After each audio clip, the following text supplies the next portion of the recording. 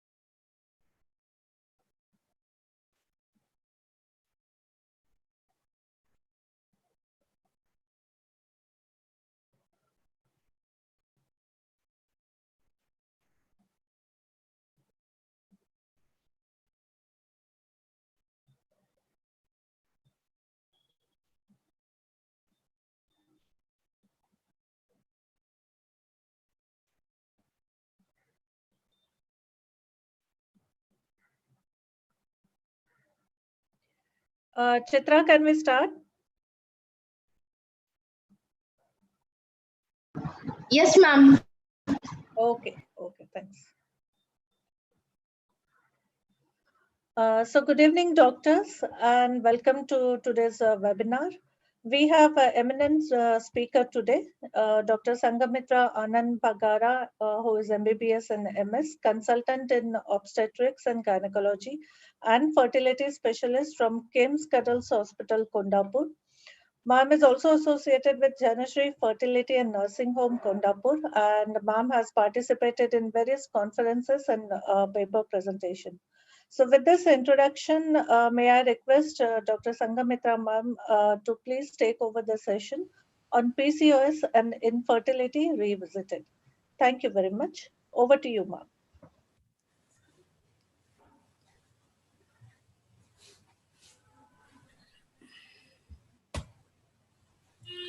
Good evening, everyone. Thank you, Prachi, for the kind introduction. Thank you, ma'am.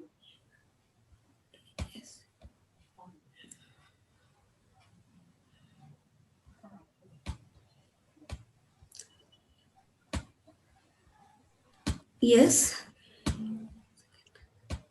Ma'am, you can share the screen first and then you select your presentation. Sure.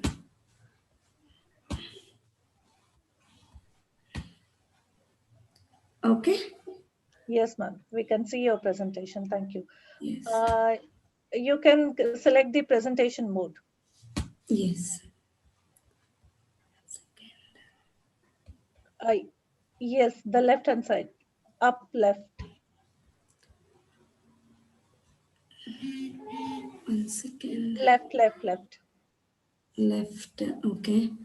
From. Yes, you can click on from the beginning. Yes. Yes. Okay. So good evening, everyone. So thank you for giving this opportunity for me, and a very nice topic today. We are going to discuss, and this is about PCOS and infertility revisited.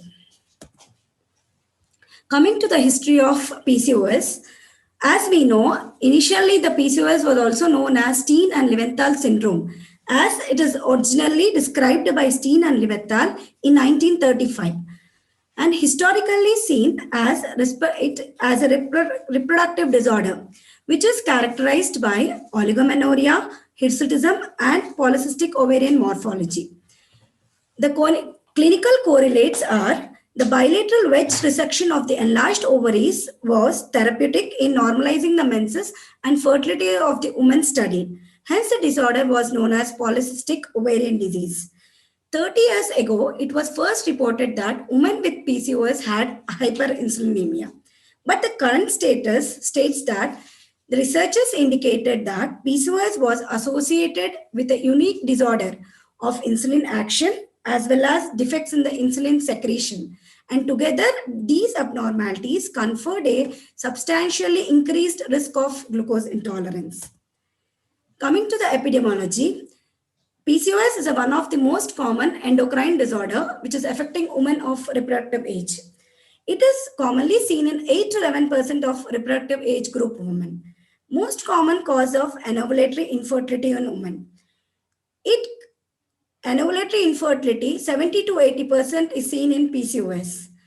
Amongst Indian women, 41% are in the reproductive age.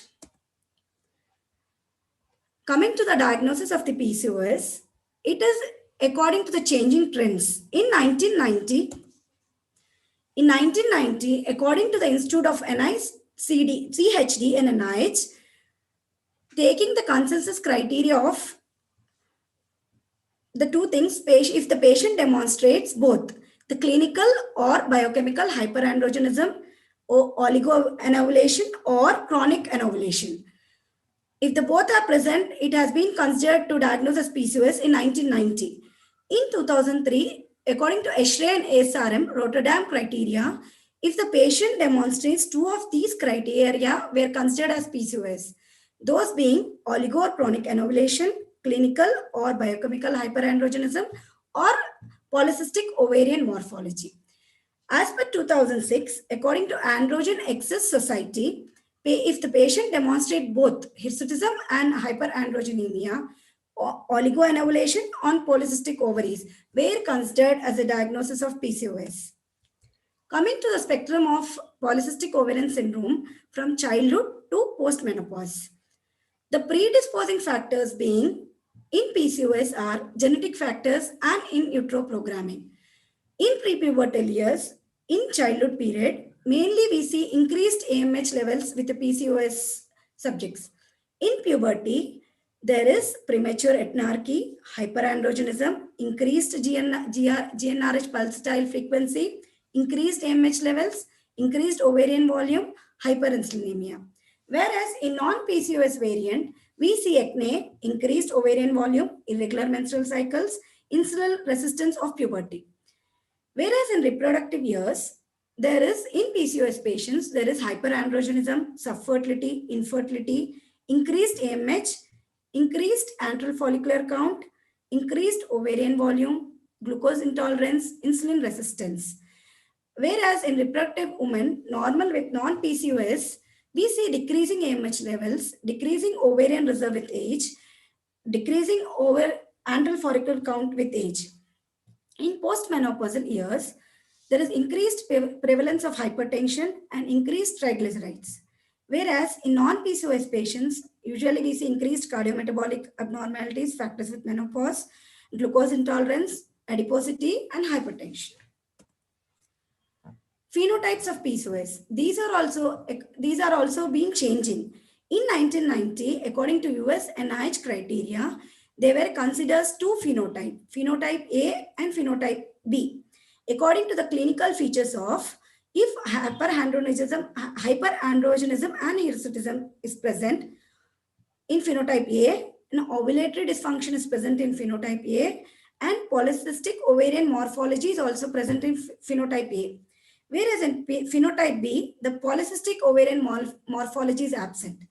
And in 2003, this has been changed with Rotterdam criteria with 4 phenotypes. Phenotype A, B, and C. C and D. Where in this, in phenotype C, the ovulatory dysfunction is absent, with either other 2 features are present.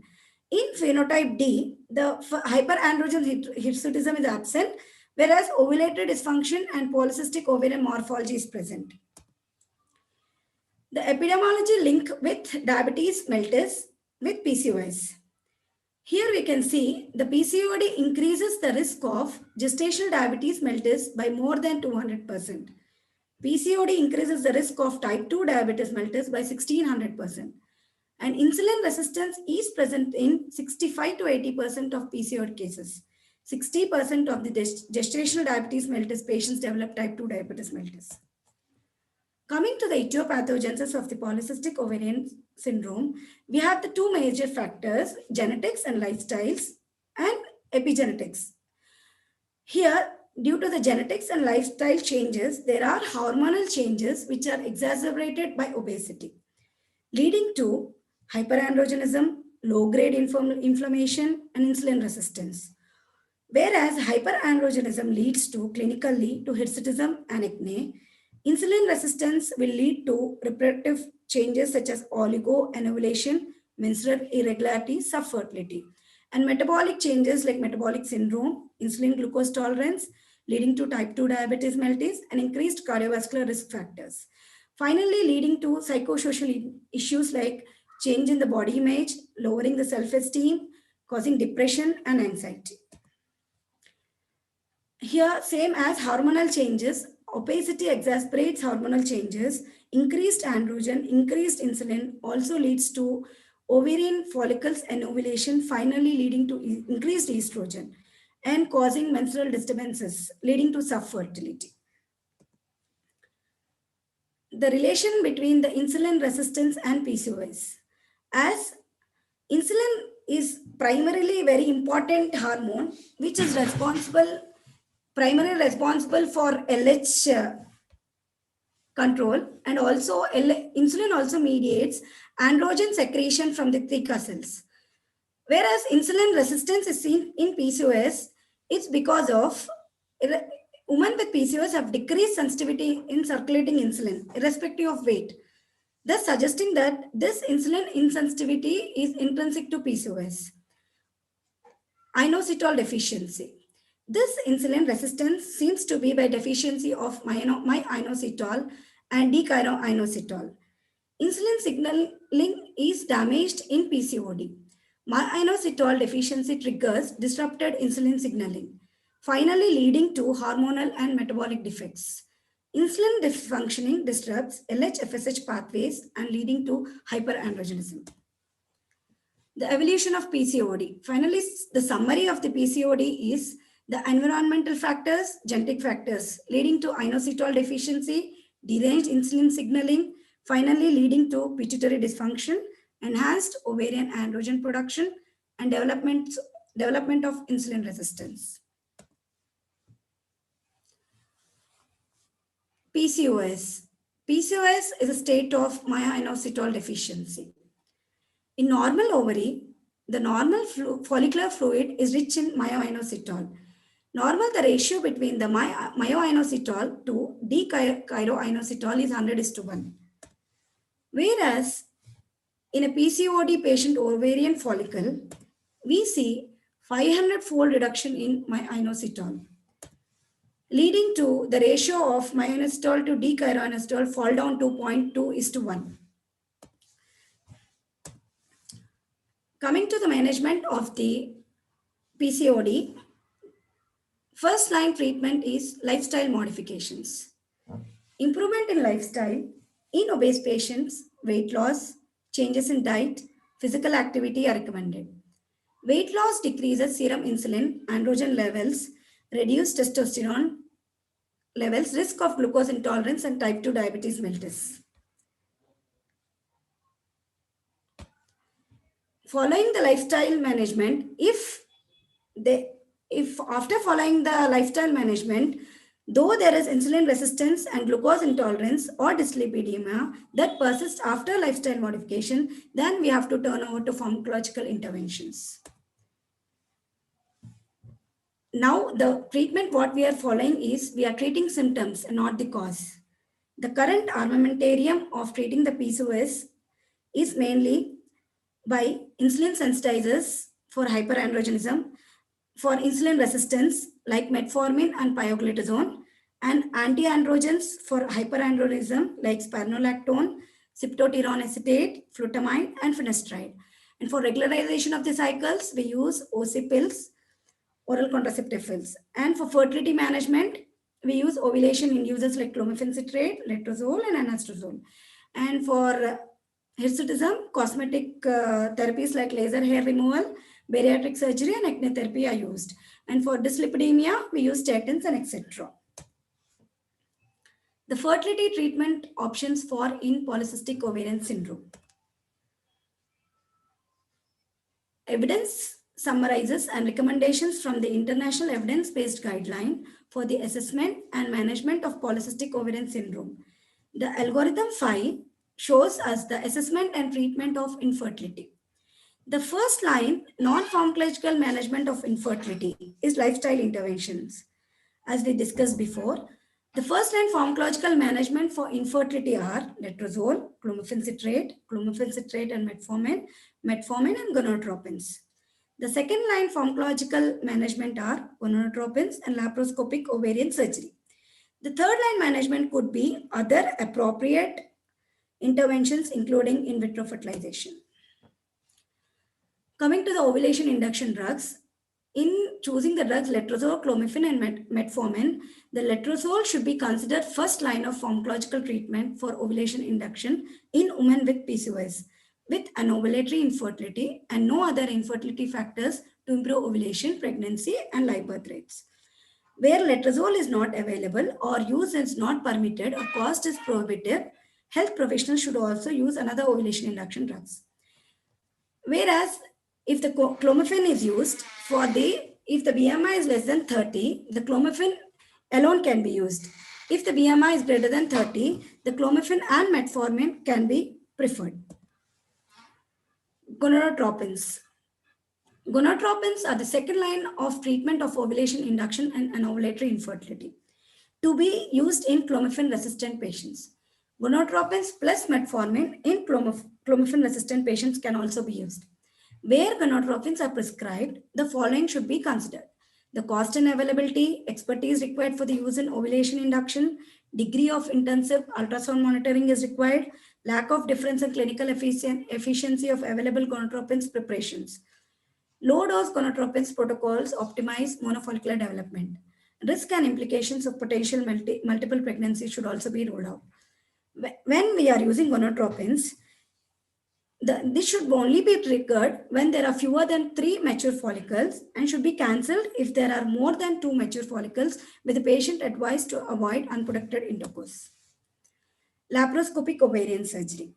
Laparoscopic ovarian surgery could be the second line of therapy for women with PCOS who are clomiphene citrate resistant, where the laparoscopic ovarian surgery can also be offered as first line if the laparoscopy is being done for other reasons and if the patient has anovulatory infertility with no other infertility factors. But when we are going for the laparoscopy ovarian surgery, few other points are to be considered. The comparative cost, expertise required for use in ovulation induction, intraoperative and postoperative risk are higher in women with who are overweight and obese. There may be a small associated risk of lower ovarian reserve or loss of ovarian function. Pre and axial adhesion formation may be an associated risk. These are in the experimental studies, the bariatric surgery for weight management. Bariatric surgery should be considered an experimental therapy in women with PCOS for the purpose of having a healthy baby with risk to benefit ratios. Currently, too uncertain to advocate this as a fertility therapy. If bariatric surgery is to be prescribed, the following should be considered: comparative cost, the need of structured weight management program involving diet, physical activity, interventions to improve psychological, musculoskeletal, cardiovascular health to continue post-operatively. Perinatal risks such as small for gestational age, premature delivery, possibly increased infant mortality. Potential benefits such as reduced incidence of large for gestational age fetus and gestational diabetes. Recommendations for pregnancy avoidance during period of rapid weight loss and for at least 12 months after bariatric surgery with appropriate contraception. If pregnancy occurs, there should be monitoring of pre and post-operative nutritional deficiency, and also fetal growth should be monitored throughout the pregnancy. IVF in vitro fertilization recommendations in PCOS patients. Recombinant LH not to be used routinely in FSH. With FSH, GnRH antagonist protocol preferred over agonist, which reduces duration of stimulation, decreases dose and cost, and decreases ovarian hyperstimulation syndrome. In agonist protocol, and no fresh transfer is planned, trigger with GnRH agonist and freezing all embryos. consider elective freeze of all embryos. The same thing has been discussed with a special point is that the HCG should be used at the lowest doses to trigger final oocyte maturation in women with PCOS undergoing an IVF without ICSI cycle to reduce the incidence of OHSS. Adjunct metformin therapy could be used before or during FSH ovarian stimulation in women with PCOS undergoing IVF or ICSI therapy with gonadotropin releasing hormone agonist protocol to improve the clinical pregnancy rate and reduce the risk of OHSS. In GnRH agonist protocol with adjunct metformin therapy in women with PCOS undergoing IVF and ICSI treatment, the following could be considered. Metformin commencement at the start of gonadotropin releasing hormone agonist treatment, and metformin use at a dose of between 1000 milligrams to 2550 daily. Metformin cessation at the time of pregnancy test or menses. Metformin side effects should be monitored when it is used. There are improving chances of getting pregnant in a PCOS woman if there's a contraception is needed if pregnancy is not desired, and they should be discuss the family planning and family health with their doctor, make a plan of action so they'll be in the best health possible when they're trying to become pregnant. And they have to aim for a healthy weight. If they are in a healthy weight range, unhealthy weight range, they have to reduce up to 5 to 10% of the weight before becoming pregnant, and better to consider to become pregnant before the age of 35 years. Now coming to the main role of inositol in PCOD patients. The function of inositol and inositol in insulin signaling. Coming to the membrane level action of the insulin receptors resides in the cell membrane. When its beta subunit is phosphorylated by insulin receptor substrates are activated. In the cell, the P13K docks to the insulin receptor substrate, which then leads to phosphorylation of phosphatidylinositol, eventuating in insulin action. Finally, the myoinositol increases insulin sensitivity by making more phosphatidylinositol available. The myoinositol and D-chiroinositol deficiency in polycystic ovarian syndrome. Both MI and DCI levels are very low in PCOS patients compared to normal subjects. As the chart depicts, the normal plasma inositol levels are 0.13 to 0.28, whereas in PCOS patients, we see it's almost up to 0.1. There is also increase in 24-hour urinary inositol secretion. If the myoinositol and D-chiroinositol in PCOD patients, if they are maintained up to the ratio of 40:1, then it normalizes insulin signaling and glucose metabolism. There is decrease in insulin, the insulin resistance diminishes.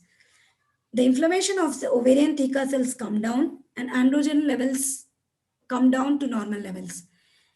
With that, the insulin levels also become normal and the weight they start losing weight. And also LH levels come down to physiological levels, causing menses become normal. Finally, leading the fertility is being restored. Coming to the studies, with the endocrine connections, the meta-analysis of the randomized control studies have stated that there were 9 randomized control studies involving 247 cases and 249 controls, which has showed that there is a significant decrease in fasting insulin after using myoinositol in a woman with PCOS. There is also significant decrease in homeostasis model assessment index, and there is also trend of reduction of testosterone concentration by myoinositol. And there is also significant increase in the serum sex hormone binding globulin observed with 24 weeks treatment. The trial sequential analysis of insulin meta-analysis illustrates a firm evidence of myoinositol. The beneficial effect of myoinositol in improving the metabolic profile of polycystic ovarian women concomitantly reducing. So these are the forest plots which show there is a significant value of reducing insulin with the use of myoinositol. Fasting insulin is significantly reduced here. There is also reduce of HOMA in PCOS patients. And also there is reduce of testosterone levels. significant value of reduce in the testosterone levels by the with the usage of myo-inositol. Also reduces the androstenedione. The other study from the Cochrane Library, this forest plot of comparison, the inositol versus placebo, no treatment and standard treatment, and live birth, the outcome, has shown that the inositol favors the live birth rate. This is the other forest plot with a comparison of myo-inositol versus placebo, no treatment, and as pre-treatment to in vitro fertilization in women with PCOS. This also shows a significant clinical pregnancy. The inositol favors live births in ovulation induction. There's a comparison of myo-inositol versus an ovulation induction agent in women with PCOS undergoing ovulation induction. So out of 12 out of 36, there is 12 out of 36 have been the live birth outcome with inositol, whereas with ovulation induction agent, there was 11 out of 39. So this study also favors the inositol.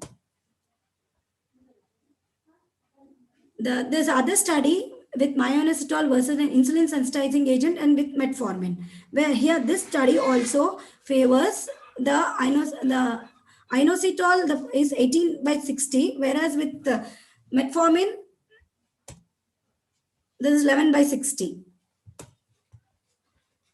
The comparison of the better adverse events profile. They have chosen the adverse effect as multiple pregnancy, whereas with inositol, there was no 0/36. There was no multiple pregnancy. With ovulation induction agents, it was 2/39. So this study also favors the inositol, which reduces the adverse events.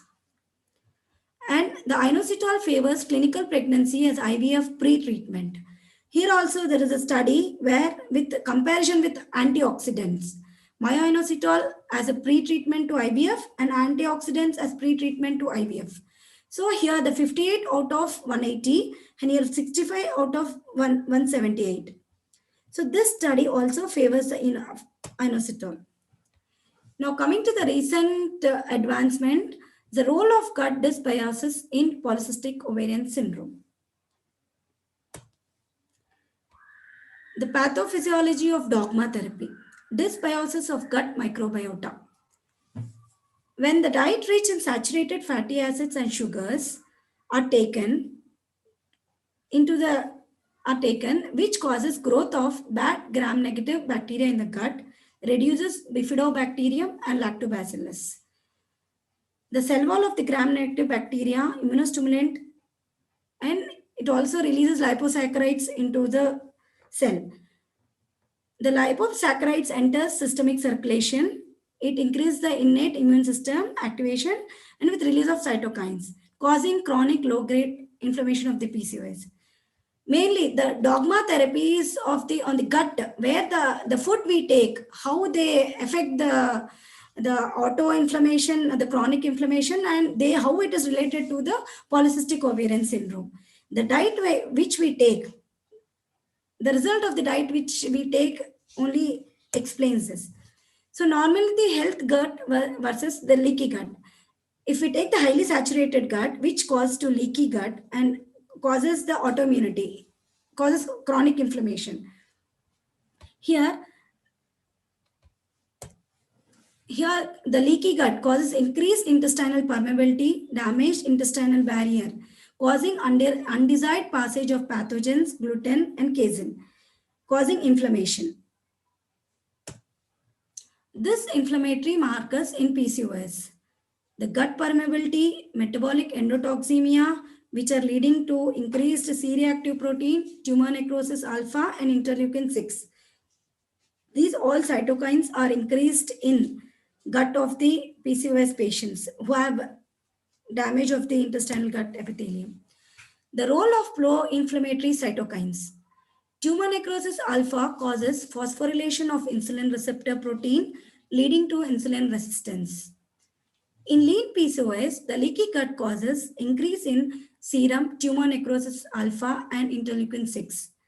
The tumor necrosis alpha and interleukin 6 have been linked to insulin resistance. So endotoxin lipopolysaccharides in the systemic circulation leads to increased fasting glucose, insulin levels, and insulin resistance. Human studies have been provided that good gut microbiota improves insulin sensitivity. So dogma, dysbiosis of gut microbiota. This explains that increase in gut mucosal permeability, lipopolysaccharides from gram-negative bacteria enters into systemic circulation. The immune system is activated, induce chronic low-grade inflammation, interferes with insulin receptor function, and increase in insulin resistance, leading to increased ovarian androgen production. How to manage this gut dysbiosis? So the alpha-lactalbumin, management of mechanism of action. So this alpha-lactalbumin is one of the product which is used now in treatment of the PCOD for the gut dysbiosis. To explain about the mechanism of action of the alpha-lactalbumin, it causes enhancement of the epithelial barrier, increased intestinal mucosa,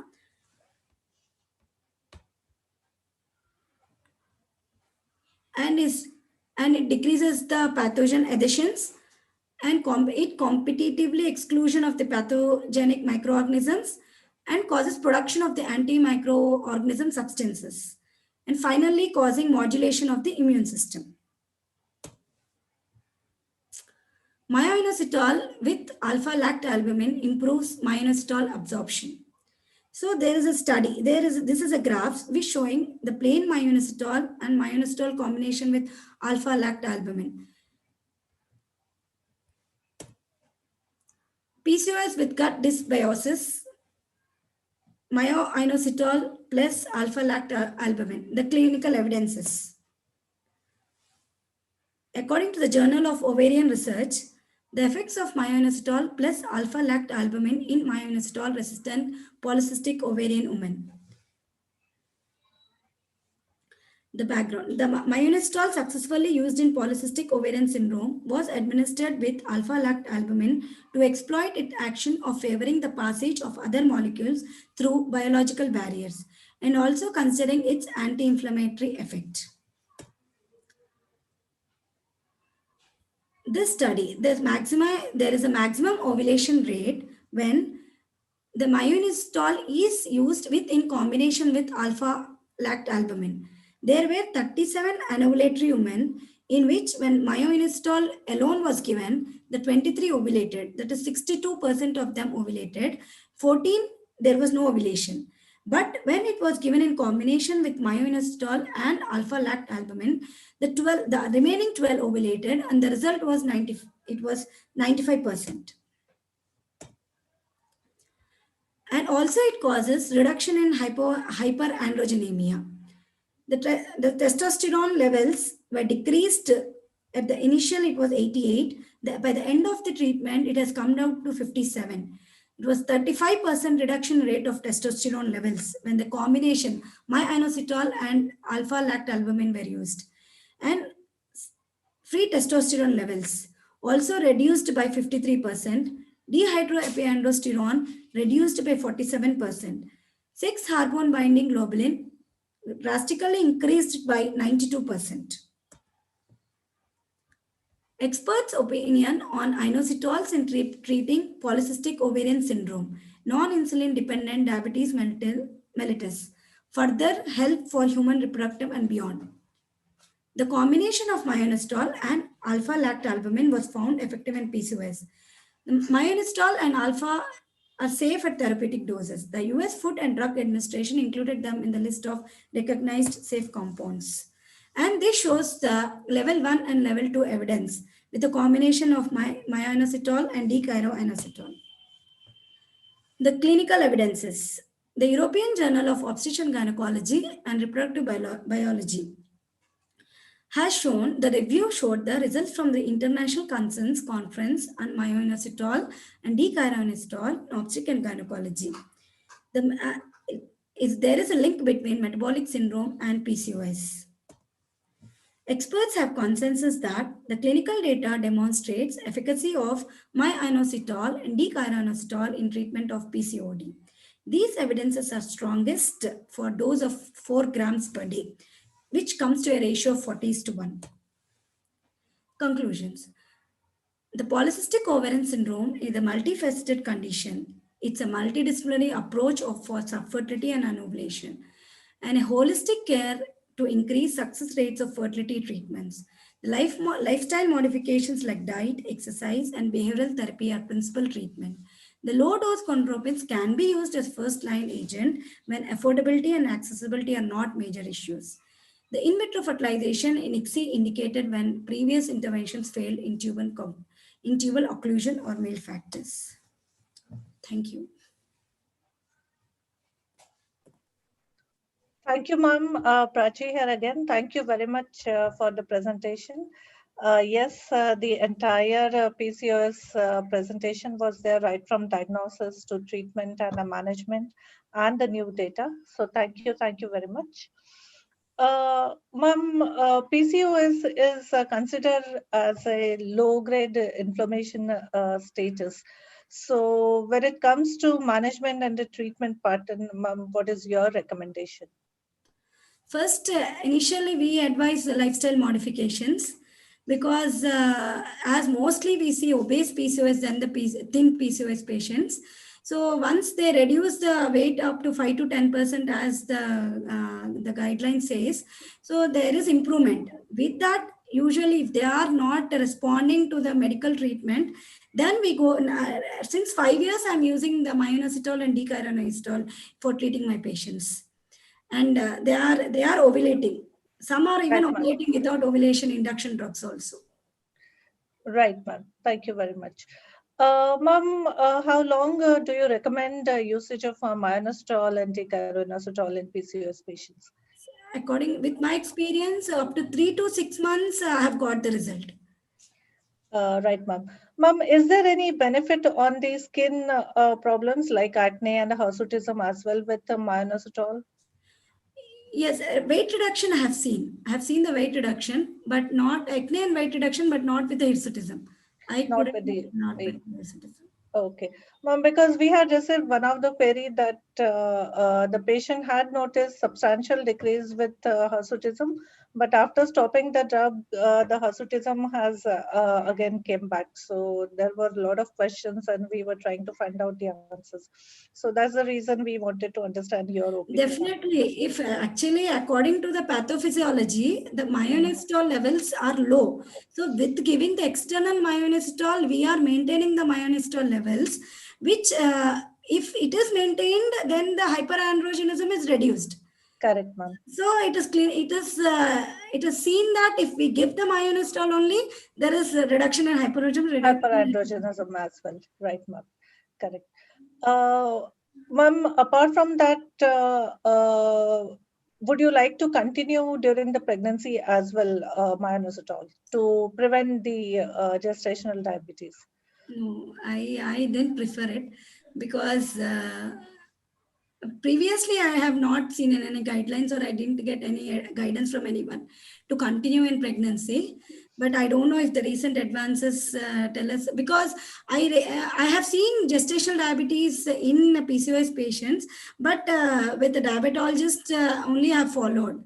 I have not used a myoinositol and Okay, right, ma'am. So probably, ma'am, I'll also share some data with myoinositol for the prevention of gestational diabetes.